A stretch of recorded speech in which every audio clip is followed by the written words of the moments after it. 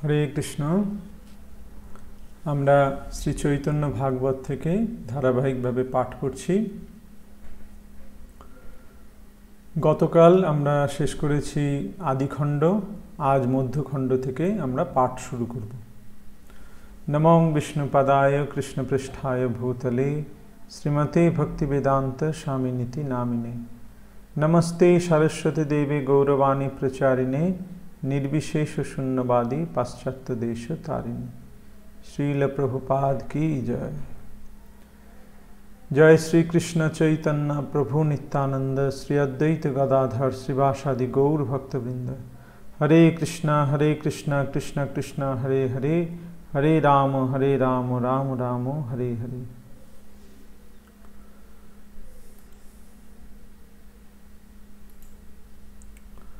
श्री श्री चैतन्य भागवत मध्यखंड प्रथम अध्याय। आजानुलंबित भुजौ कनकावदातौ संकीर्तनैक पितरौ कमलायताक्षौ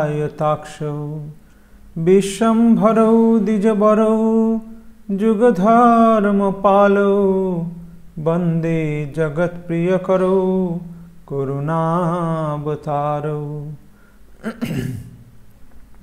नमस्त्रिकाल सत्याय जगन्नाथ सुताय च सभृत्ताय सपुत्राय सकलत्राय ते नमः। এইভাবে মহাপ্রভু এবং নিত্যানন্দ প্রভুর প্রথম শ্লোকে মহাপ্রভু এবং নিত্যানন্দ প্রভুর বন্দনা করলেন লেখক। আজানুলম্বিত ভুজৌ, যাদের বাহুযুগল আজানুলম্বিত, জানু পর্যন্ত লম্বিত। কনকাবদাত, যাদের অঙ্গকান্তি সুবর্ণের ন্যায়। সংকীর্তনৈক পিতরৌ, যারা হলেন, যে দুজন হলেন সংকীর্তন আন্দোলনের পিতা। কমলায়তাক্ষৌ, যাদের আঁখি যুগল পদ্মের পাপড়ির ন্যায়। বিশ্বম্ভরৌ দ্বিজবরৌ যুগধর্ম পালৌ, সেই দুই ব্রাহ্মণ দ্বিজ শ্রেষ্ঠ, তারা যুগধর্ম পালৌ, তারা এই যুগধর্ম স্থাপন করার নিমিত্ত অবতীর্ণ হয়েছেন। বন্দে জগৎ প্রিয়করৌ, জগতের হিতকারী, করুণাবতারৌ, এবং করুণার অবতার। এই দুইজনকে অর্থাৎ শ্রীমন মহাপ্রভু এবং শ্রী নিত্যানন্দ প্রভুকে আমি আমার সশ্রদ্ধ প্রণতি নিবেদন করি। তো এখানে সব দ্বিবচন ব্যবহার করা হয়েছে, অর্থাৎ আজানুলম্বিত ভুজৌ কনকাবদাতৌ, হ্যাঁ, তো এগুলি সব দ্বিবচন, অর্থাৎ দুজনকে নির্দেশ করছে। এক হচ্ছে শ্রী চৈতন্য মহাপ্রভু এবং শ্রী নিত্যানন্দ প্রভু। দ্বিতীয় শ্লোকে বলা হচ্ছে নমস্ত্রিকাল সত্তায় জগন্নাথ সুতায় চ। হ্যাঁ, এই জগন্নাথের সুত, জগন্নাথ সুত শ্রীমান মহাপ্রভু ত্রিকাল সত্তায়, তিনি ভূত ভবিষ্যৎ এবং বর্তমান তিন কালেই সত্য। সভৃত্তায়, তার দাসগণ, তার ভৃত্যগণ। সপুত্রায়, তার পুত্রগণ, অর্থাৎ তার অনুগামীগণ যারা আর কি, তারা। সকলত্রায় তে নমঃ, এবং তার শক্তিবর্গকে আমি আমার প্রণাম নিবেদন করি।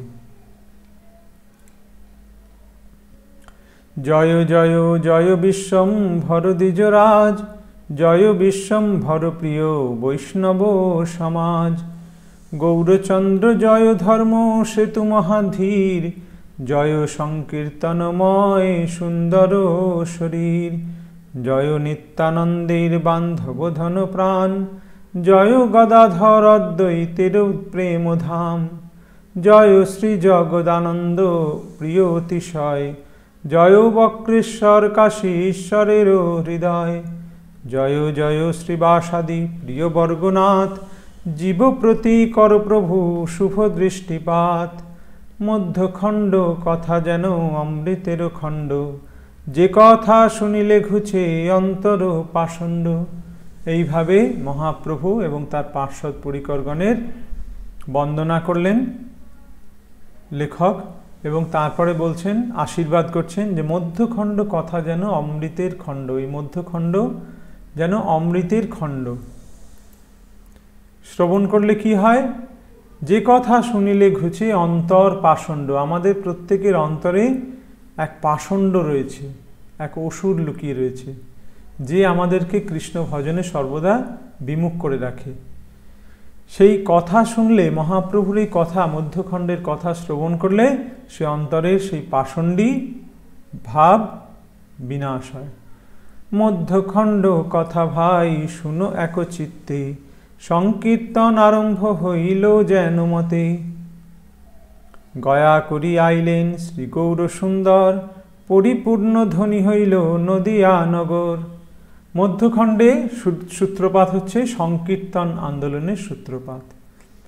গয়া থেকে পিতৃশ্রাদ্ধ করে গৌরসুন্দর যখন নবদ্বীপে ফিরে এলেন, তখন তিনি তার সংকীর্তন আন্দোলন সূচনা করলেন। ধাইলেন যত সব আপ্তবর্গ আছে, কেহ আগে কেহ মাঝে, কেহ অতি পাছে। যথাযোগ্য কইলা প্রভু সভারে সম্ভাস, বিশ্বম্ভরে দেখি সবে হইলা উল্লাস। আগু বাড়ি সবে আনিলেন নিজ ঘরে, তীর্থ কথা সবারে কহেন বিশ্বম্ভরে।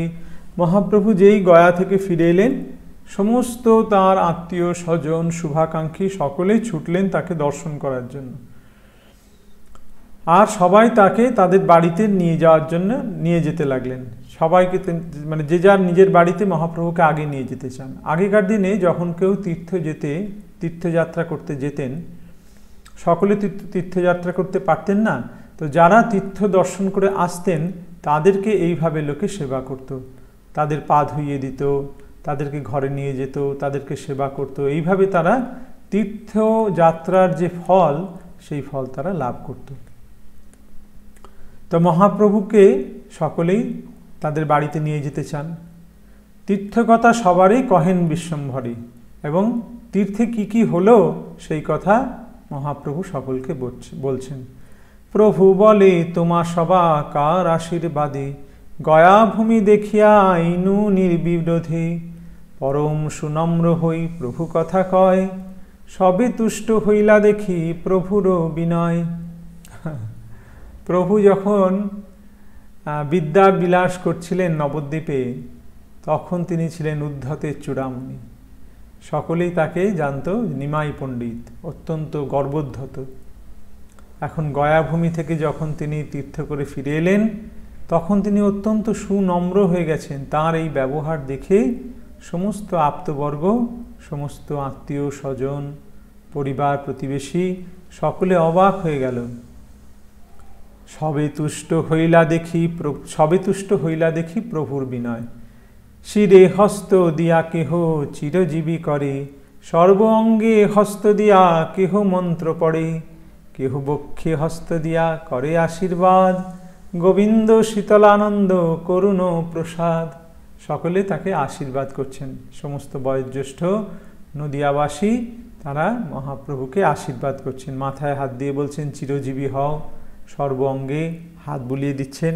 কেউ বুকে হাত দিয়ে বলছেন গোবিন্দ তোমার ভালো করুক।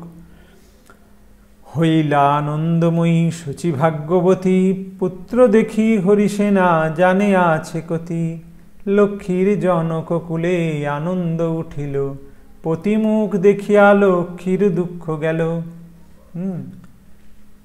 মা তো খুব স্বাভাবিক, মা এতদিন পরে পুত্রকে দর্শন করেছেন, তিনি বাৎসল্য রসে নিমাইকে দর্শন করে আনন্দে বিহ্বল।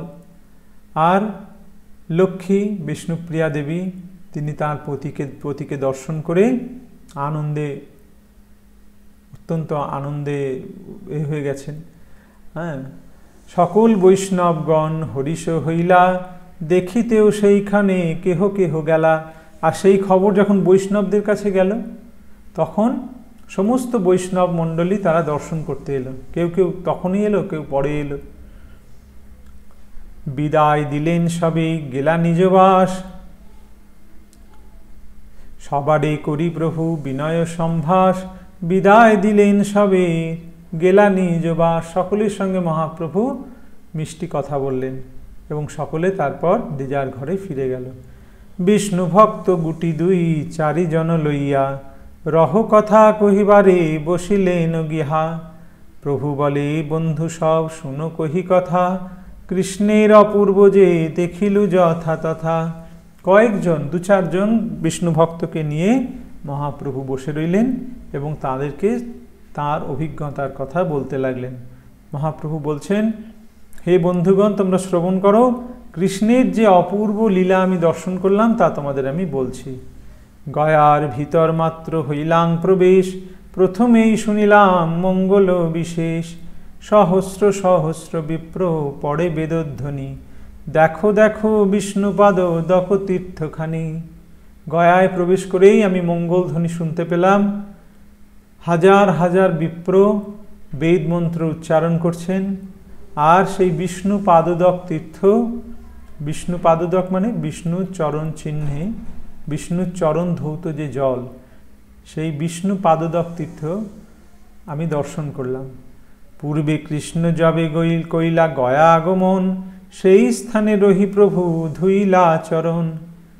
যেখানে কৃষ্ণ আগে এসেছিলেন গয়ায়, সেইখানে মহাপ্রভু গেলেন, সেখানে চরণ ধৌত করলেন। না, ভুল বললাম। পূর্বে কৃষ্ণ যবে কইলা গয়া আগমন, সেই স্থানে রহি প্রভু ধুইলা চরণ। যখন কৃষ্ণচন্দ্র এসেছিলেন গয়ায়, তখন যেখানে তিনি চরণ ধৌত করেছিলেন, সেই জন্য তাকে বলা হচ্ছে বিষ্ণু পাদদক তীর্থ। যার পাদদক লাগি গঙ্গার মহত্ব, শিরে ধরি শিব জানে পাদদক তত্ত্ব। যার পাদদক লাগি গঙ্গার মহত্ব, ভগবানের চরণ ধৌত জল বলে গঙ্গার মহত্ব। চরণ সিধু, গঙ্গা হচ্ছে ভগবানের চরণ ধৌত জল। আর সেই চরণ ধৌত জল বলেই গঙ্গার এই মহত্ব, তার এই পাপ বিনাশকারী যে শক্তি, সেটি সেই জন্যই। শিরে ধরি শিব জানি পাদদক তত্ত্ব। আর সেই গঙ্গাকে শিব শিরে ধারণ করেছেন। তাই বিষ্ণু পাদদকের যে কি মহত্ব, কেন শিব গঙ্গাকে মাথায় ধারণ করেছেন? কারণ সেটি হচ্ছে বিষ্ণু পাদদক, অর্থাৎ ভগবানের চরণধৌত জল। সেই চরণ উদক প্রভাবে সেই স্থান, জগতে হইল পাদদক তীর্থ নাম। আর সেই স্থান, সেই জন্য তার নাম হলো পাদদক তীর্থ, কারণ কৃষ্ণচন্দ্র সেখানে পদধৌত করলেন। পাদ পদ্ম তীর্থের লইতে প্রভু নাম, অঝরে ঝরয় দুই কমল নয়ন। শেষে প্রভু কইল হইলেন বড় অসম্বর, কৃষ্ণ বলি কান্দিতে লাগিলা বহুতর। সেই পাদপদ্মের কথা বলতেই, পাদপদ্ম তীর্থের কথা স্মরণ করতেই মহাপ্রভুর কমল নয়ন থেকে অঝর ধারায় অশ্রুপাত হতে লাগলো এবং মহাপ্রভু শেষকালে আর নিজেকে স্থির রাখতে পারলেন না। তিনি কৃষ্ণ কৃষ্ণ বলে কাঁদিতে লাগিলেন। ভরিল পুষ্পের বন মহাপ্রেম জলে, মহাশ্বাস ছাড়ি প্রভু কৃষ্ণ কৃষ্ণ বলে। মহাপ্রভুর চোখ থেকে এত অশ্রুবারি নির্গত হচ্ছে, যাতে ফুলের যে বন, মহাপ্রভুর সামনে, বাড়ির সামনে যে ফুলের বন, সেটা প্রেম জলে ভেসে গেল, এত জল। মহাশ্বাস ছাড়ি প্রভু কৃষ্ণ কৃষ্ণ বলে। আর মহাপ্রভু দীর্ঘশ্বাস নিয়ে বলছেন কৃষ্ণ কৃষ্ণ বলে স্মরণ করছেন। পুলকে পূর্ণিত হইল সর্বকলেবর, স্থির নহে প্রভু কম্প ভরে থর থর। শ্রীমান পণ্ডিত আদি যত ভক্তগণ, দেখেন অপূর্ব কৃষ্ণ প্রেমের ক্রন্দন। আর সেখানে যে সমস্ত বৈষ্ণব, শ্রীমান পণ্ডিত আদি যে সমস্ত ভক্তগণ ছিলেন, তারা সেই অষ্টসাত্ত্বিক বিকার মহাপ্রভুর শরীরে লক্ষণ করছেন, যে মহাপ্রভু পুলকিত অঙ্গ, থর থর কম্পতনু, এইভাবে তাকে দর্শন করে তারা বুঝতে পারলেন যে কৃষ্ণ প্রেমের আবেশে মহাপ্রভু ক্রন্দন করছেন। চতুর্দিকে নয়নে বহয়ে প্রেমধার, গঙ্গা যেন আসিয়া করিলা অবতার। তার অশ্রুবারি ধারা চতুর্দিকে প্রবাহিত হচ্ছে, যেন মনে হচ্ছে গঙ্গা মহাপ্রভুর চোখ থেকে বেরিয়ে এসেছে, চোখ থেকে গঙ্গার সেরকম অবতার হয়েছে। মনে মনে সবেই চিনতেন চমৎকার, ইমত ইহানে কভু নাহি দেখিয়ার। সবাই মনে মনে চিন্তা করছে, এই নিমাই পণ্ডিতকে আগে তো আমরা কখনো এরকম দেখিনি। শ্রীকৃষ্ণের অনুগ্রহ হইল ইহানে, কি বৈভব পথে বা হইল দর্শনে। নিশ্চয়ই কৃষ্ণের অনুগ্রহ হয়েছে নিমাইয়ের ওপর, আর না হলে ও পথে এমন কিছু দর্শন করেছে ভগবানের বৈভব।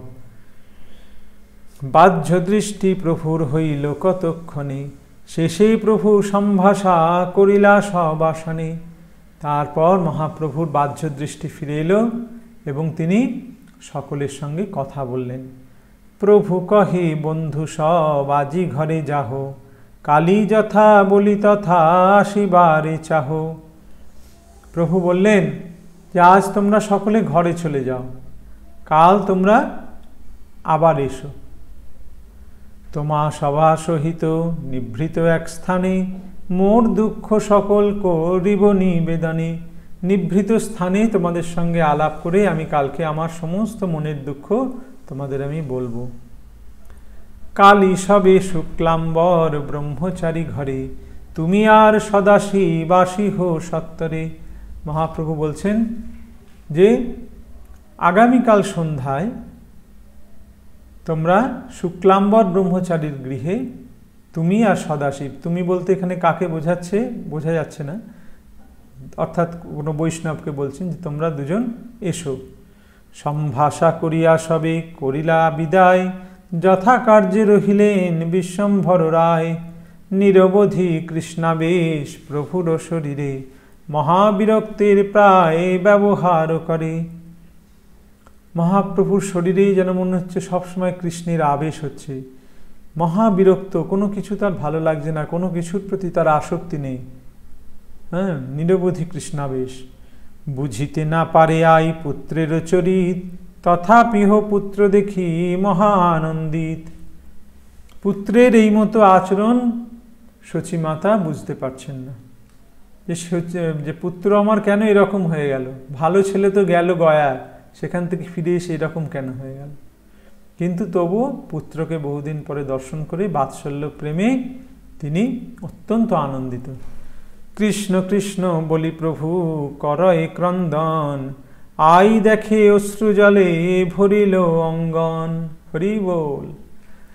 মহাপ্রভু কৃষ্ণ কৃষ্ণ বলছেন আর ক্রন্দন করছেন, আর সেই ক্রন্দনের অশ্রুধারা এত প্রবল বেগে নির্গত হচ্ছে মহাপ্রভুর চক্ষু থেকে যে তাতে পুরো উঠোন ভেসে গেছে, পুরো উঠোন ভর্তি হয়ে গেছে। কোথা কৃষ্ণ বলয় ঠাকুর, বলিতে বলিতে প্রেম বাড়ায় প্রচুর। আর যতই বলছেন কোথা কৃষ্ণ, তত তার প্রেম আরো বৃদ্ধি পাচ্ছে। কিছু নাহি বুঝে আই কোন বা কারণ, কর জোড়ে গেলাই গোবিন্দ শরণ। আই কিচ্ছু বুঝতে পারছে না, আই মানে সচিমাতা কিছু বুঝতে পারছে না যে কেন এরকম করছে। তিনি হাত জোর করে গোবিন্দের কাছে প্রার্থনা করছেন যে হে গোবিন্দ, আমার ছেলে কেন এরকম হয়ে গেল। আরম্ভিলা মহাপ্রভু আপন প্রকাশ, অনন্ত ব্রহ্মাণ্ডময় হইল উল্লাস। এইভাবে শ্রীমন মহাপ্রভু তার প্রেম প্রকাশ করতে লাগলেন, আর অনন্ত ব্রহ্মাণ্ডময় হইল উল্লাস। সারা ব্রহ্মাণ্ডে ভক্তরা উল্লসিত হয়ে উঠল। প্রেম বৃষ্টি করিতেই প্রভুর শুভারম্ভ, ধ্বনি শুনি যায় যথা ভাগবত বৃন্দ। আর প্রভু বৃষ্টি করছেন কিসের বৃষ্টি? প্রেমের বৃষ্টি, কৃষ্ণ প্রেমের বৃষ্টি করছেন। সেই কৃষ্ণ প্রেমের বর্ষা শুরু হলো, মহাপ্রভু শুরু করলেন। আর সেই কথা শুনে সমস্ত ভাগবতগণ, সমস্ত মহান ভক্তগণ মহাপ্রভুকে দর্শন করতে গেছেন।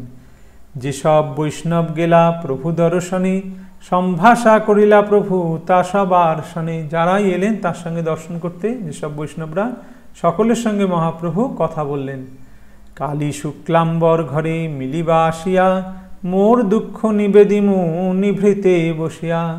হরিষে পূর্ণিত হইলা শ্রীমান পণ্ডিত, দেখিয়া অদ্ভুত প্রেম মহাহর্ষিত।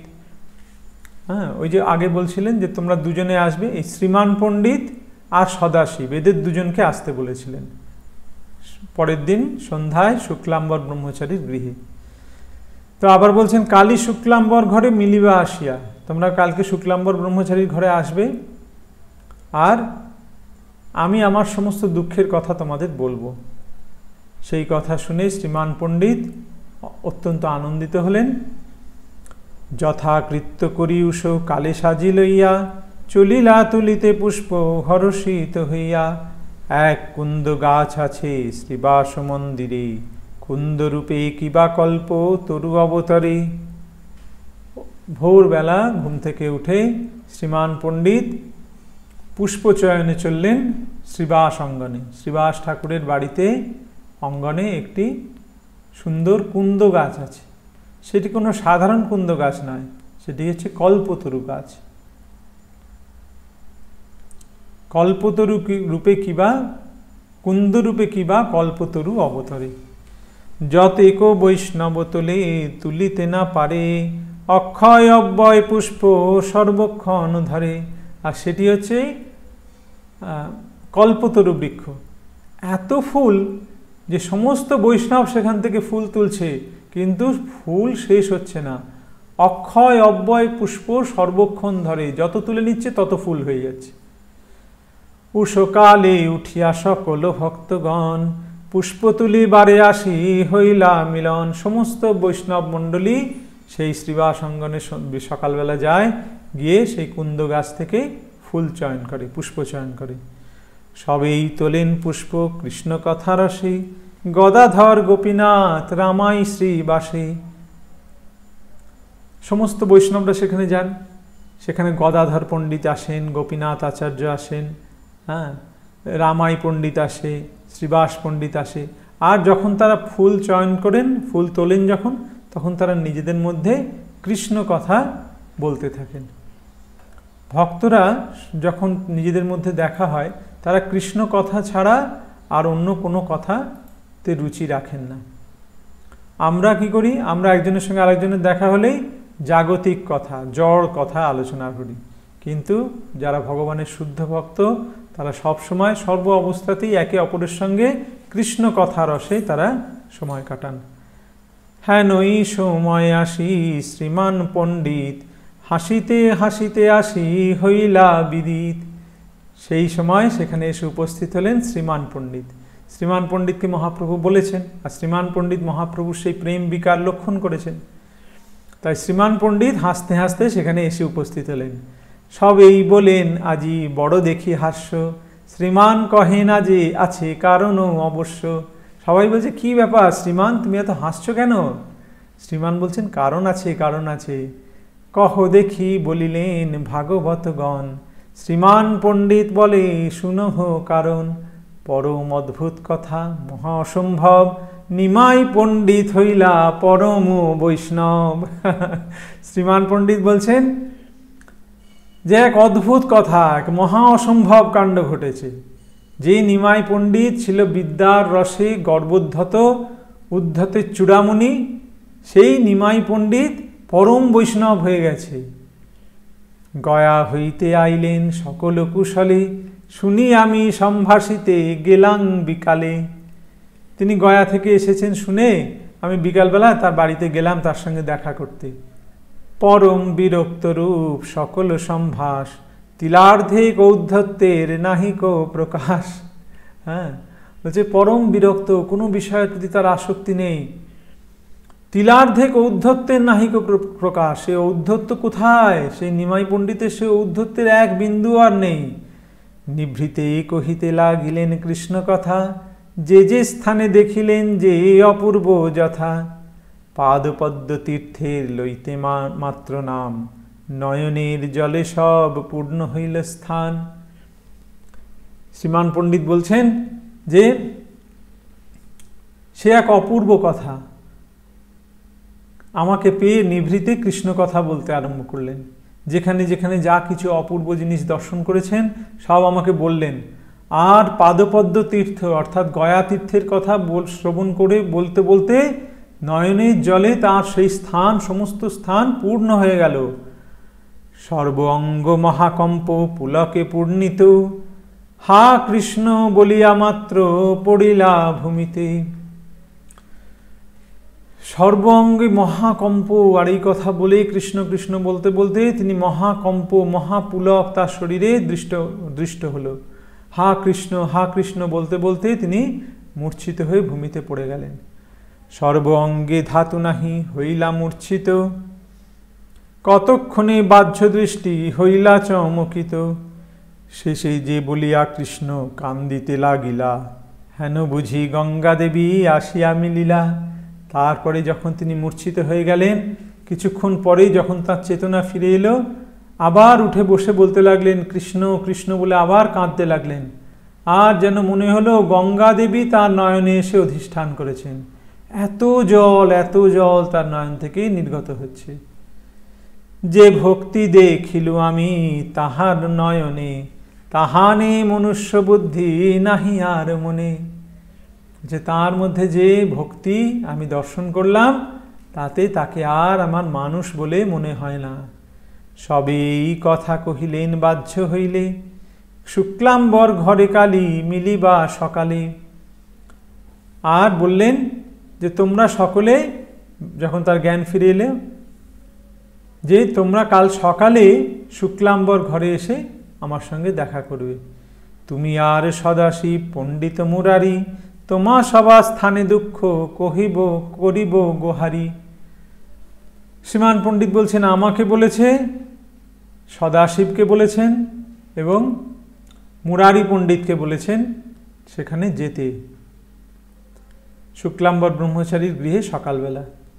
সেখানে তিনি তার মনের দুঃখের কথা আমাদের বলবেন। পরম মঙ্গলেই কহিলাম কথা, অবশ্য কারণ ইথে আছয়ে সর্বতা। এই যে পরম মঙ্গল কথা তোমায় বললাম, এর নিশ্চয়ই কারণ আছে। শ্রীমানের বচন শুনিয়া ভক্তগণে, হরি বলি মহাধ্বনি করিলা তখনে। হরি বল। সকলে তখন এই কথা শুনে বৈষ্ণব মণ্ডলী সকলে হরি বল বলে হরিধ্বনি করতে লাগলেন। প্রথমেই বলিলেন শ্রীবাসুদার, গোত্র বাড়াউন কৃষ্ণ আমা সব আকার। প্রথমেই শ্রীবাস ঠাকুর বললেন কৃষ্ণ আমাদের গোত্র বৃদ্ধি করুন। গোত্র বৃদ্ধি করুন মানে, গোত্র মানে আমাদের গোষ্ঠী, আমাদের দল, অর্থাৎ ভক্তদের দল। একজন নতুন ভক্ত এসে আমাদের সঙ্গে যুক্ত হলো, তা আমাদের গোত্র কৃষ্ণ বৃদ্ধি করুন।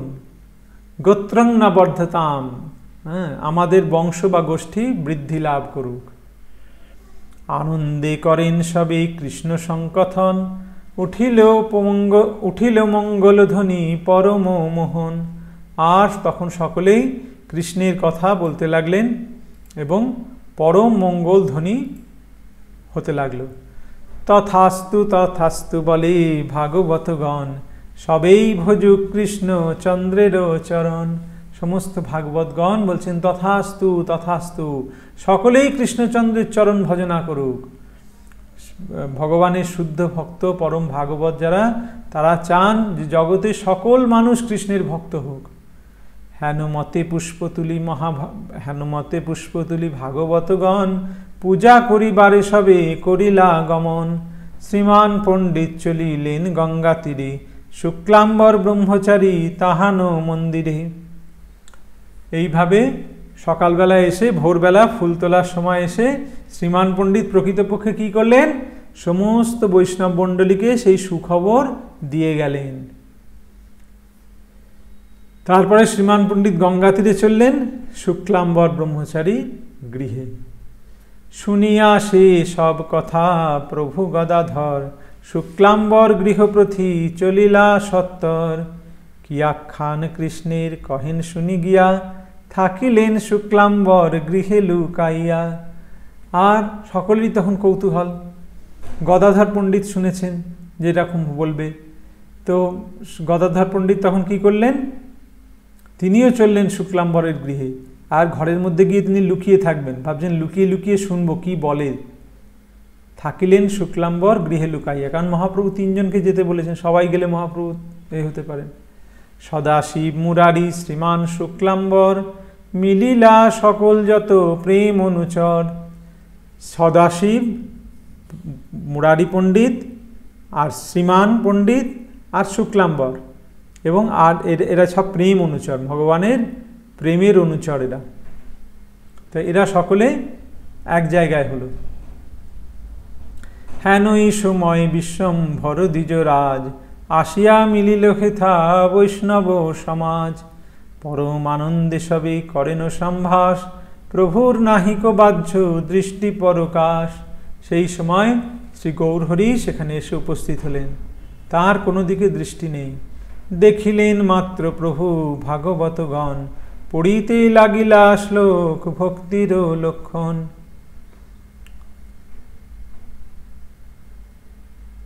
ভাগবতগণ যেই প্রভুকে দর্শন করলেন, তারা ভক্তির শ্লোক পাঠ করতে আরম্ভ করলেন। পাইলু ঈশ্বর মোর কোন দিকে গেলা, এত বলি স্তম্ভ কোলে করিয়া পড়িলা। আর সেই কথা শুনেই সঙ্গে সঙ্গে মহাপ্রভু বলতে লাগলেন, হে কৃষ্ণ, হা কৃষ্ণ, কৃষ্ণকে আমি পেয়েছিলাম, পেলাম, কিন্তু কোথায় চলে গেল, কোন দিকে গেল? এই বলে একটা স্তম্ভকে আলিঙ্গন করলেন, একটা থাম, তাকে আলিঙ্গন করে অচৈতন্য অবস্থায় পড়ে গেলেন, যেন সেটাকেই কৃষ্ণ আবেশে আলিঙ্গন করেছেন। ভাঙিল গৃহের স্তম্ভ প্রভুর আবেশে, কোথা কৃষ্ণ বলিয়া পড়িলা মুক্ত কেশে। তার সেই আবেশে তিনি ছুটে গিয়ে সে আলিঙ্গন করেছেন, তার ধাক্কায় সেই স্তম্ভ ভেঙে পড়ল। হ্যাঁ, আর মহাপ্রভু কোথা কৃষ্ণ বলে বাহ্যজ্ঞান শূন্য হয়ে মাটিতে পড়ে গেলেন। প্রভু পড়িলেন মাত্র হা কৃষ্ণ বলিয়া, ভক্ত সব পড়িলেন ঢলিয়া ঢলিয়া। গৃহের ভিতরে মূর্ছা গেলা গদাধর, কেহ বা কোন দিকে পড়ে নাই পরাপর। হ্যাঁ, সব চারিদিকে শুধু পড়ে যাচ্ছে। মহাপ্রভু হা কৃষ্ণ বলে ঢলে পড়ে গেছেন। আর সেই দৃশ্য দেখে সমস্ত ভক্তরা তারা প্রেমানন্দে মত্ত হয়ে তারাও সব অজ্ঞান হয়ে যাচ্ছে। গৃহের ভিতরে মূর্ছা গেলা গদাধর, আর ঘরের ভেতরে গদাধর ছিল, শুনবে বলে লুকিয়ে গেছিল, সেখানেই মূর্ছা গেছেন। কে বা কোন দিকে পড়ে নাহি পরাপর, কে কোন দিকে যে মূর্ছিত হয়ে পড়ে যাচ্ছে তার কোনো ঠিক নেই। সবে হইলা কৃষ্ণ প্রেম আনন্দে মূর্ছিত, হাসেন জাহ্নবী দেবী হইয়া বিস্মিত। কতক্ষণে বাহ্য প্রকাশিয়া বিশ্বম্ভর, কৃষ্ণ বলি কান্দিতে লাগিলা বহুতর। তারপরে তাদের এই দৃশ্য দর্শন করে জাহ্নবী দেবী অবাক হয়ে গেছেন, হাসছেন। আর মহাপ্রভু কাঁদতে কাঁদতে বলছেন, কৃষ্ণ বলি কান্দিতে লাগিলা বহুতর। কৃষ্ণ রে প্রভুরে মোর কোন দিকে গেলা, এত বলি পুনঃ পুনঃ ভূমিতে পড়িলা। কৃষ্ণ প্রেমে কান্দে প্রভু সচির নন্দন, চতুর্দিকে বেড়ি কান্দে ভাগবতগণ। কৃষ্ণ কৃষ্ণ বলছেন, কৃষ্ণ রে প্রভুরে মোর কোন দিকে গেলা, হে কৃষ্ণ তুমি কোথায় গেলে, কোথায় গেলে বলে মহাপ্রভু আছাড় খেয়ে মাটিতে পড়ে যাচ্ছেন। আর তাকে চারিদিকে ঘিরে সমস্ত ভাগবতগণ তারা কাঁদছেন। আছাড়ের সমুচ্চয় নাহিক শ্রীঅঙ্গে, না জানে ঠাকুর কিছু নিজ প্রেম রঙ্গে। উঠিল কীর্তন রোল প্রেমের ক্রন্দন, প্রেমময় হইল শুক্লাম্বরের ভবন। তখন মহাপ্রভু আছাড় খেয়ে মাটিতে পড়ছেন, কিন্তু তার শরীরে কোনো আঘাতের চিহ্ন নেই। হ্যাঁ, কোনো আঘাত লাগছে না। মহাপ্রভু কিছু বুঝতেই পারছেন না তিনি আছাড় খেয়ে পড়ছেন। আর চারিদিকে সমস্ত ভক্তবৃন্দ তারা কীর্তন শুরু করলেন। প্রেমময় হইল শুক্লাম্বরের ভবন। স্থির হই ক্ষণেকে বসিলা বিশ্বম্ভর, তথাপিও আনন্দধারা বহে নিরন্তর। হ্যাঁ, মহাপ্রভু তারপরে একটু স্থির হয়ে বসলেন, কিন্তু তথাপিও তার অশ্রুপাত হতে চলেছে, ছয়েই চলেছে, অনর্গল অবিশ্রান্ত ধারায় অশ্রুপাত করে চলেছেন। আজ আমরা এই পর্যন্ত পাঠ বিরাম দিলাম। আগামীকাল এরপর থেকে আমরা আবার পাঠ করব। এখানে রহিল গ্রন্থ আনন্দ লহরী, বদন ভরিয়া সবে বল হরি হরি। হরি বল, হরি বল, হরি বল।